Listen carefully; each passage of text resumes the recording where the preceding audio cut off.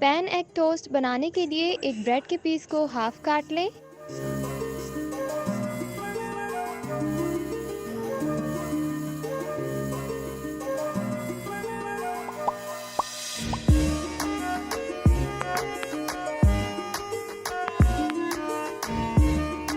इसी तरह चीज़ स्लाइस को भी हाफ करके एक साइड पर रख लें।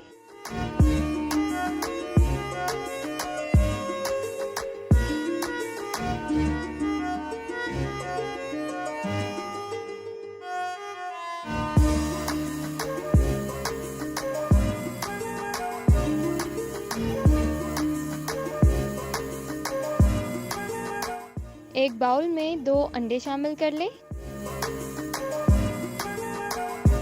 1/4 टीस्पून काली मिर्च पाउडर, 1/4 टीस्पून नमक और इतनी ही रेड चिली क्रश्ड शामिल करके अच्छी तरह से मिक्स कर लें।